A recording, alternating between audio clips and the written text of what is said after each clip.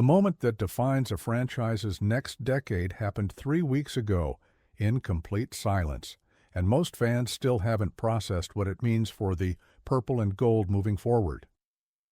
Welcome to Lakers News Fan Report, your definitive source for breaking updates, insider perspectives, and comprehensive analysis on everything shaping the future of our Los Angeles Lakers. This is where you receive daily information on roster decisions, strategic moves, and the developments that will determine whether we're building toward Banner 18 or watching opportunities slip away.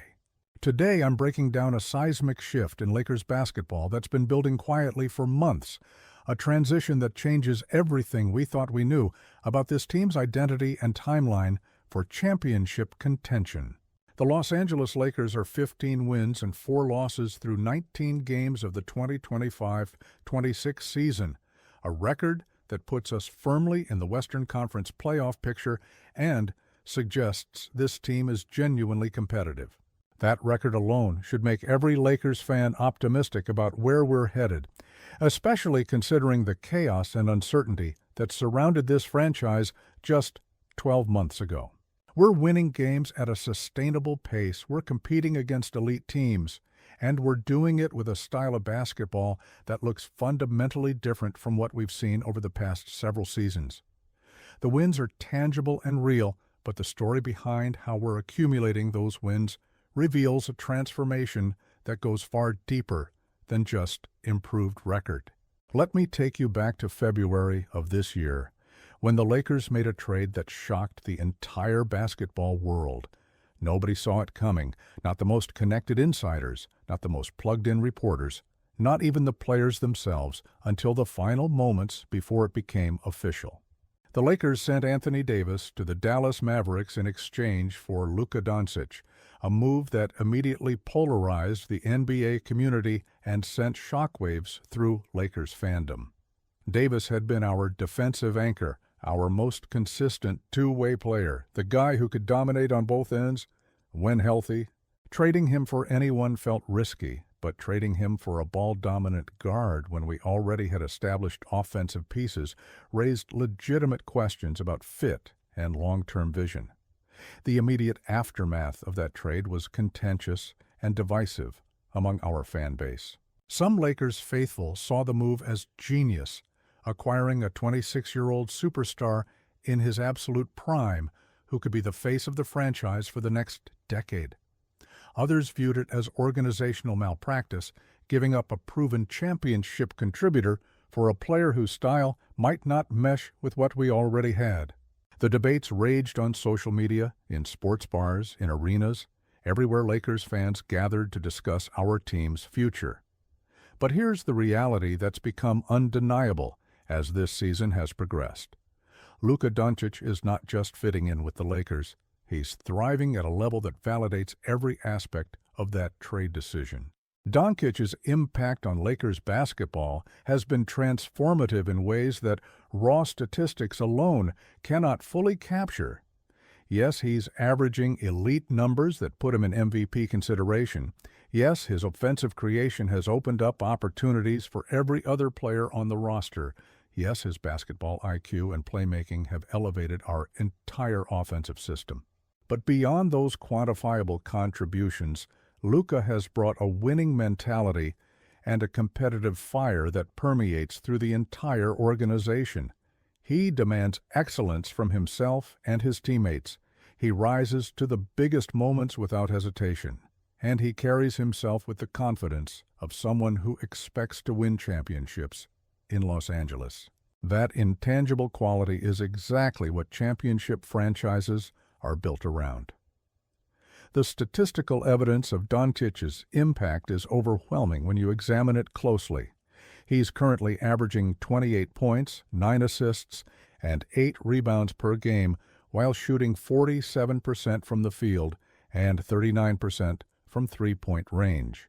Those are MVP-caliber numbers from a player who's doing it efficiently within the flow of the offense rather than dominating possessions to inflate individual statistics. More importantly, the Lakers' offensive rating jumps significantly when Doncic is on the court, and our net rating with him in the lineup suggests we're playing at championship level when he's orchestrating the offense.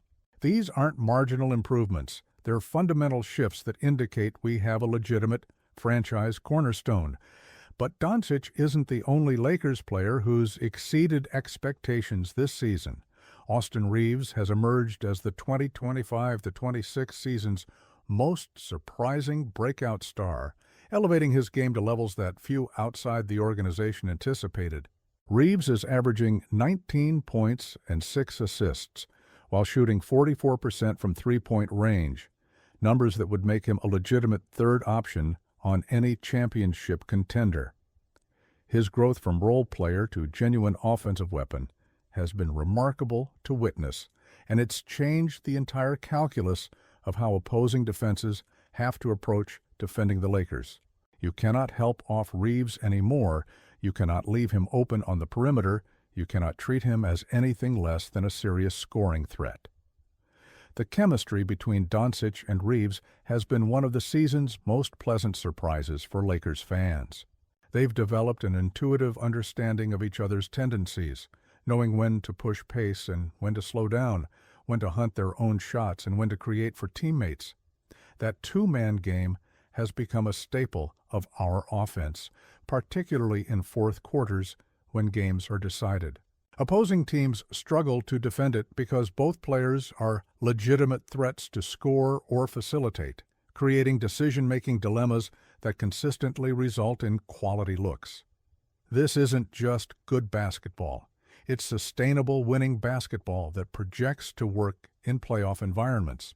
The Lakers' 15-4 record reflects a team that's figured out its identity and is executing at a high level consistently. We're 8th in offensive efficiency, 12th in defensive efficiency, and 6th in net rating across the entire league.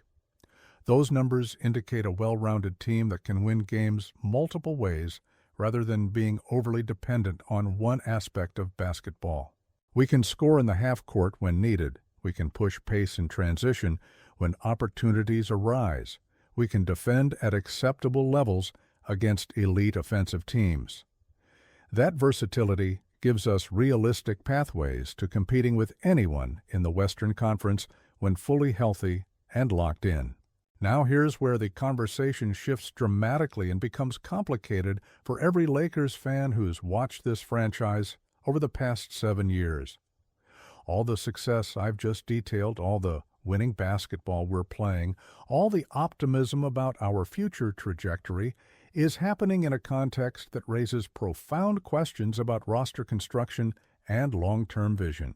The Lakers are thriving, but that success is forcing organizational decision-makers to confront difficult realities about fit, timeline, and what serves the championship aspirations best. These aren't easy conversations, but they're necessary ones that championship organizations must have honestly, rather than avoiding uncomfortable truths. For the first time in his 20-year professional career, LeBron James is not the primary focal point of his franchise.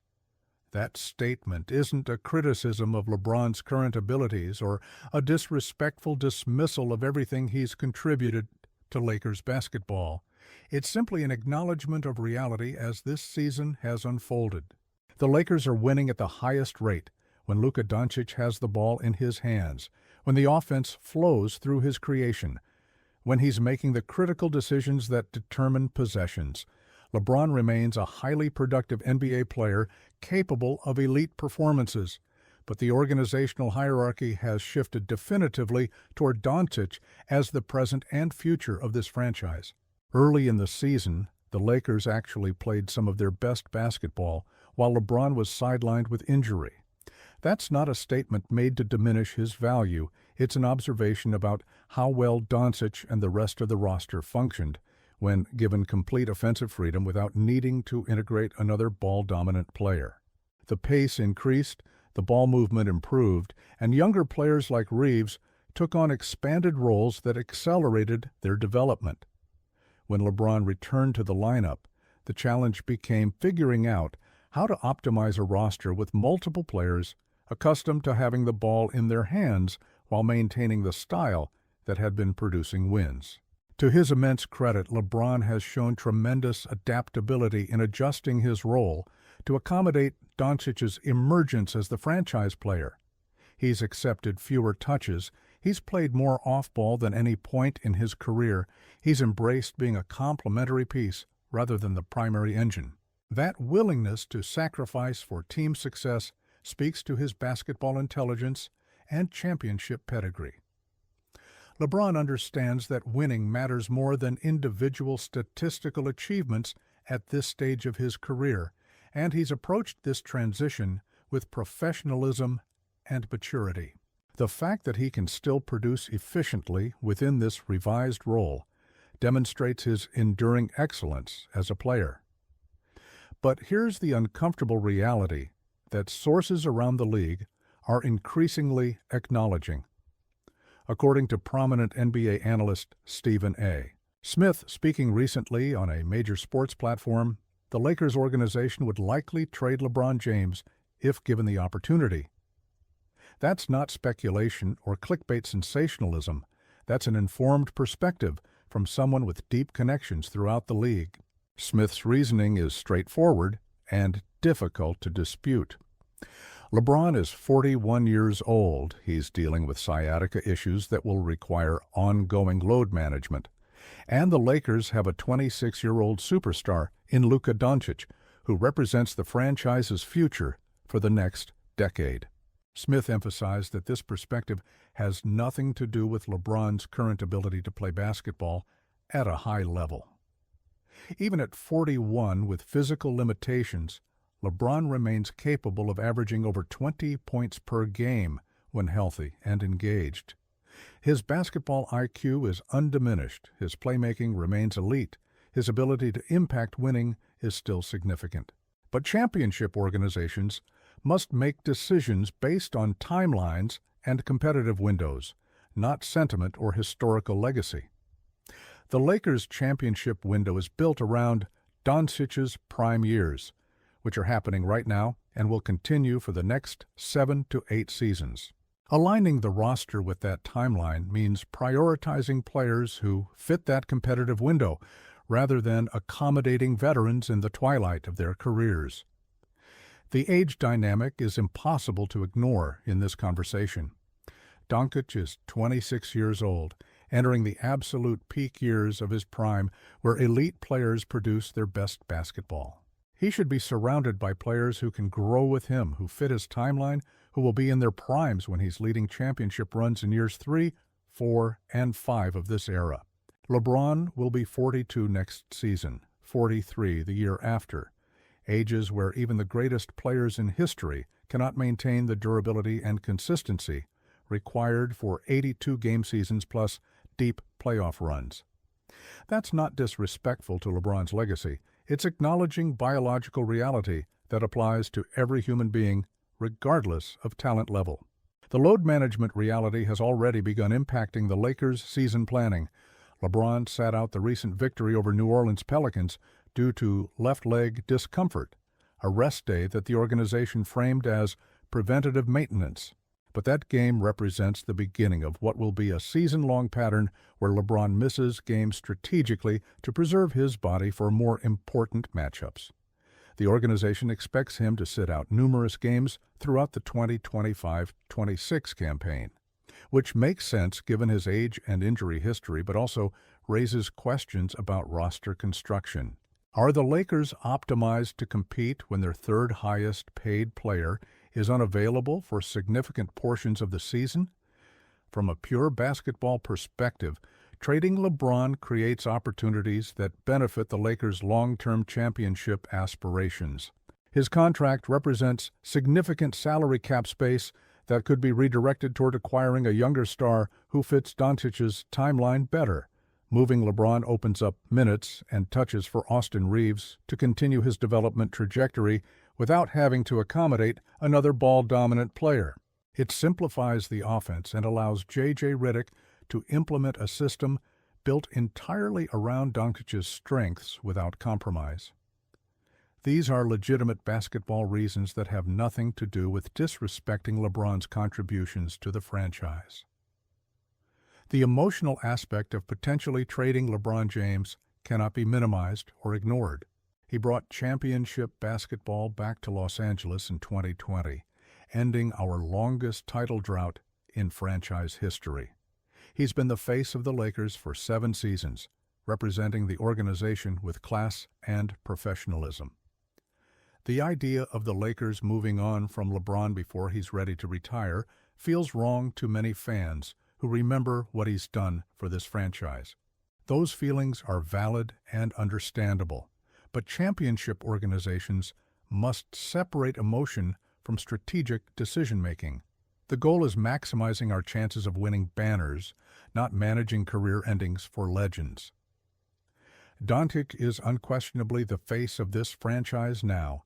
That reality exists regardless of whether LeBron finishes his career in Los Angeles or moves to another team. The offensive system runs through Luka's decision-making.